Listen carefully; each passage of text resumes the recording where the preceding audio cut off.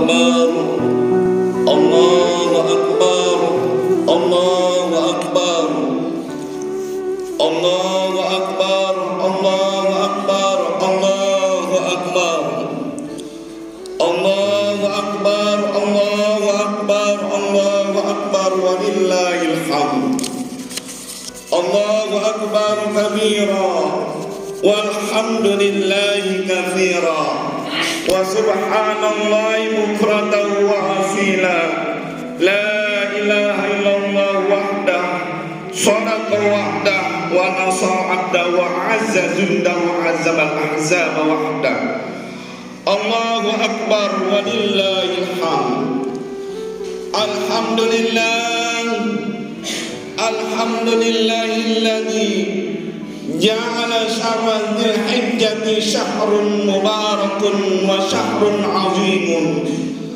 شرع فيه الحج والأضحية لمن اتقى أشهد أن لا إله إلا الله وحده لا شريك له الملك الأعلى وأشهد أن سيدنا محمدا عبده ورسوله صاحب الكرامة والفضل اللهم صل وسلم وبارك على سيدنا محمد وعلى آله وأصحابه الذين يتمسكون بشريعة الإسلام إلى يوم اللقاء أما بعد فيا عباد الله أوصيكم وإياي بتقوى الله فقد فاز المتقون اتقوا الله حق تقاته ولا تموتن إلا وأنتم مسلمون يقول الله تعالى بمحكم تنزيله وهو أصدق القائلين أعوذ بالله من الشيطان الرجيم بسم الله الرحمن الرحيم ما يفعل الله بعذابكم إن شكرتم وآمنتم وكان الله شاكرا عليما وفي آية أخرى إنا أعطيناك الكوثر فصل لربك وانحر إن شانئك هو الأبتر صدق الله العظيم وصدق رسول الحبيب الكريم ونحن على ذلك من الشاهدين الشاكرين والحمد لله رب العالمين معاشر المسلمين jamaah salat Idul Adha yang senantiasa dirahmati Allah Subhanahu wa taala. Bersyukur kehadirat Ilahi Rabbi yang Maha Suci pada kesempatan yang mulia, di hari yang mulia, di bulan yang mulia. Senantiasa Allah masih gerakkan hati kita dengan ringan langkah, diiringi niat ikhlas, simpu bersama di tempat yang mulia, di rumah Allah Subhanahu wa taala, dalam rangka ketaatan kita kepada Allah, melaksanakan berbagai macam perintahnya dan menjalankan sunnah Rasulullah sallallahu alaihi wasallam. Hal demikian kita laksanakan lantaran sebab kita pengen mengharapkan ridha Allah. Kita berharap kepada Allah, mudah-mudahan kita dijadikan oleh Allah menjadi orang yang senantiasa ikhlas, ringan langkah, istiqamah untuk menjunjung tinggi perintah Allah Subhanahu wa taala dan berusaha keras meninggalkan apa yang dilarangnya.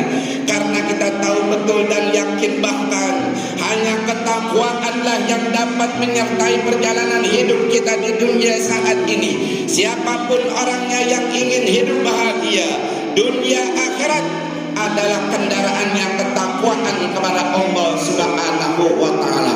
Semoga sisa usia kita senantiasa tertanam mantap untuk terus dekat kepada Allah, cinta kepada Rasulullah yang pada waktunya semua hajat kita diijabah. Hadirin jamaah sekalian, kesempatan pagi hari ini di seluruh tempat penjuru semuanya memandangkan asma Allah yang dapat menggetarkan arasy Allah dan bahkan pun juga dapat menggetarkan seorang hamba Allah yang tertanam dalam hatinya keimanan tatkala disebut nama Allahu Akbar, Allahu Akbar, Allahu Akbar. Hanya orang orang-orang yang telah senantiasa mengharapkan belas kasih sayang Allah, yang senantiasa yang mau terus dekat kepada Allah, tergetar hatinya. Bila mana tidak, maka perlu kita terus asah diri kita, keimanan kita kepada Allah Subhanahu wa Ta'ala, untuk dapat merayakan hari raya Idul Adha pada kesempatan pagi hari ini. Jamaah sekalian yang dirahmati Allah Subhanahu wa Ta'ala, pada kesempatan kali ini dengan durasi yang singkat, khatib akan menyampaikan khutbah Idul Adha 1445 Hijriah dengan judul Berkorban demi meraih cinta yang maha rahman. Hadirin jamaah sekalian yang dirahmati Allah Subhanahu wa Ta'ala, saat ini kita sudah berada tanggal 10 bulan Dzulhijjah, di mana bulan Hijjah dua syariat yang sangat diagungkan oleh Allah, dibesarkan oleh Allah, diagungkan oleh Rasulullah Sallallahu Alaihi Wasallam, adalah perintah melaksanakan ibadah haji dan perintah melaksanakan ibadah kurban. Adalah sebuah panggilan yang sangat dahsyat, yang datangnya dari yang maha dahsyat, panggilan ilahi bagi orang-orang yang mampu melaksanakan ibadah haji saat ini. Maka bersyukurlah menjadi orang hebat mereka telah dipilih oleh Allah Subhanahu wa Ta'ala, yang saat ini mereka lagi sedang berbondong-bondong menuju Jumarat dan akan menuntaskan manasikul hajinya. Mereka yang hebat, mereka yang berani menghantarkan dirinya secara zahir dan batin, rahilatan wa malan, mereka korbankan demi untuk Allah Subhanahu wa Ta'ala. Ada rasa kepuasan bagi mereka yang dapat melaksanakan ibadah haji saat ini, tatkala mereka menjumpai Baitullahil Haram, seakan-akan mereka sudah berjumpa dengan Allah.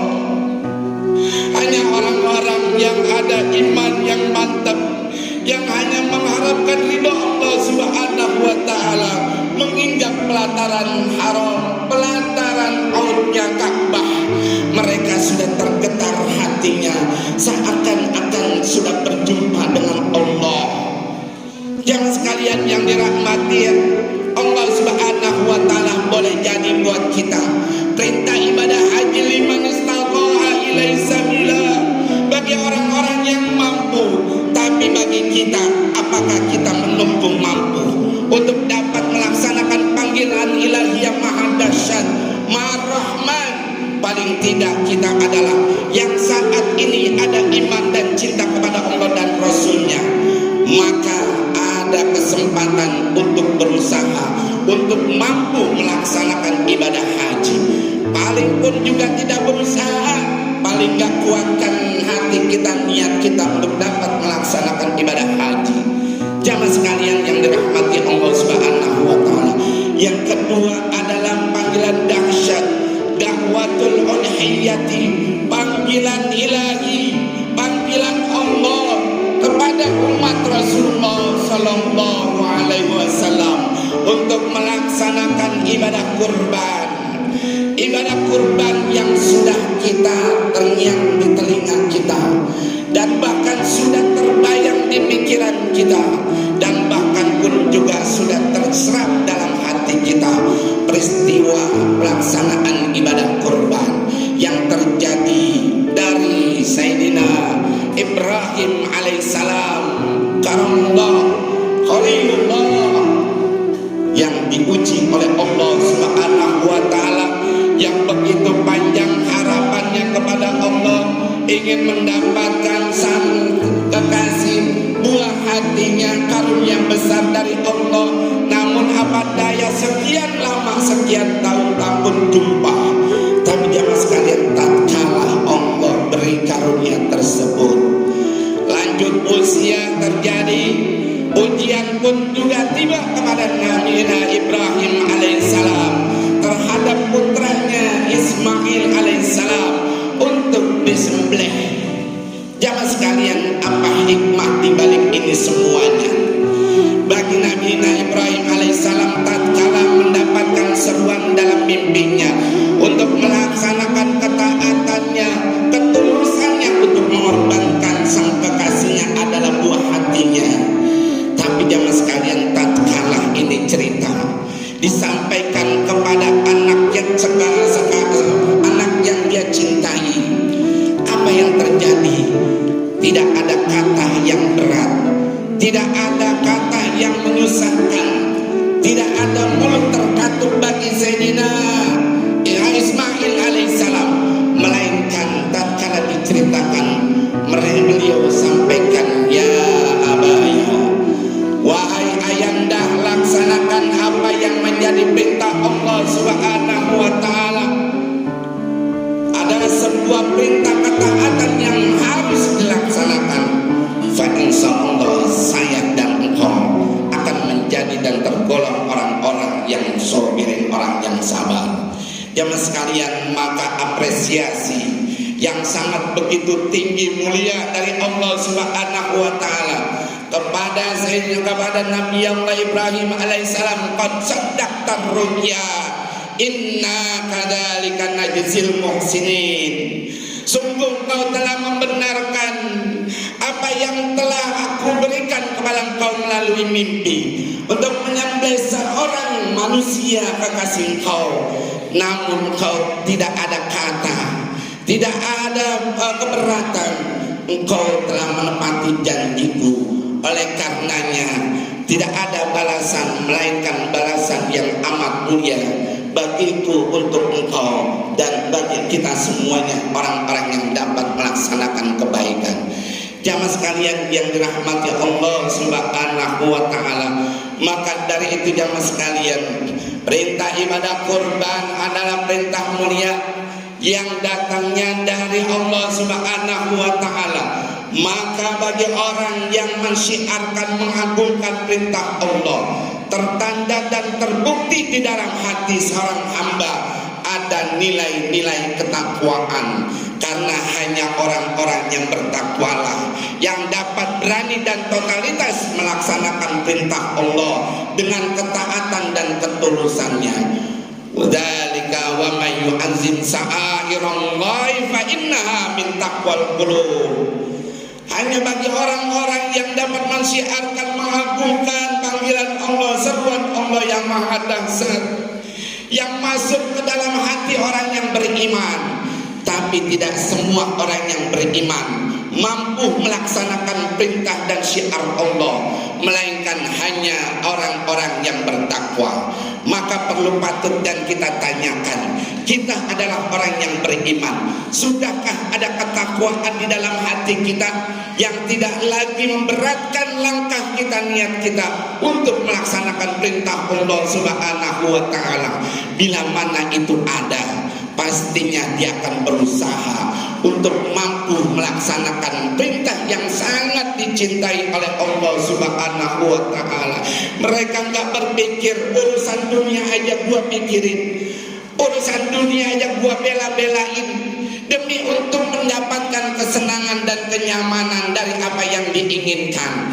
Boleh kita tanya, segala apapun kesenangan, kenikmatan saat ini yang kita upayakan dengan berbagai macam cara, tidak dapat menyertai kenikmatan kesenangan kita nanti tatkala yaumil qiyamah, melainkan ketulusan kesenangan kita tatkala kita mampu melaksanakan perintah Allah Subhanahu wa ta'ala. Jamaah sekalian, jangan kita sampai menjadi orang yang gak mengambil kebahagiaan amalan yang sangat dicintai oleh Allah Subhanahu wa ta'ala. Dalam sebuah Nabi Muhammad sallallahu alaihi wasallam, ma amila adamiyun min amalin yauman nahri ahabba ilallahi min ihraqid dam. Tidak ada amalan yang sangat dicintai, tidak ada amalan yang sangat disenangi oleh Allah Subhanahu wa ta'ala di hari nahar, adalah di hari raya kurban, melainkan meneteskan darah kurban yang disembelih. Jamaah sekalian yang dirahmati Allah Subhanahu wa ta'ala, maka perlu kita catat bahwa bila mana Allah sudah berikan kesempatan buat kita dan kita telah dipilih oleh Allah mampu melaksanakan kurban, maka jadikan hewan kurban kita menjadi hewan kurban yang terbaik. Jangan semena-mena kita mampu hanya sekedar mampu berkorban, tapi kita nggak pernah berpikir korban yang kita serahkan kepada Allah, korban yang kita serahkan adalah kepada Allah, bukan kepada manusia. Maka bila mana ini tinjauan amaliyahnya adalah sangat dicintai oleh Allah, maka persembahkanlah hewan kurban yang kita diberikan kemampuan oleh Allah, dipilih sama Allah untuk mampu berkorban, maka berkorbanlah dengan hewan kurban yang terbaik. Karena hewan yang kita sembelih saat ini nanti selesai Idul Adha, fa innaha la ta'ti yaumal qiyamati.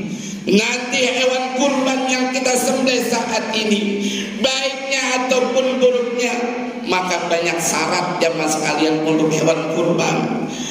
Nanti di yaumil qiyamah, nanti lengkap datang hewan kurban kita, bikuruniha, dengan tanduknya, wabi ashariha, dengan bulu-bulunya, wabi azfariha, dengan kuku-kukunya.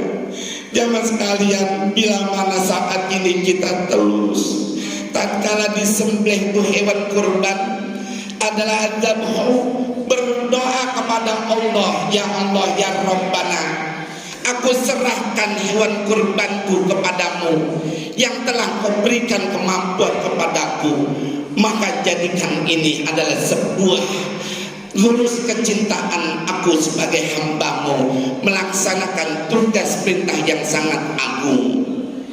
Jamaah sekalian yang dirahmati Allah Subhanahu wa taala, tatkala terhunus pisau di leher hewan kurban, tatkala terbedah rasa ada kepuasan, tertetes air mata, ya Rabbana, karunia besar yang kau berikan kepada kami, seperti mana tertetesnya air mata orang-orang yang saat ini berada di pelataran Ka'bah.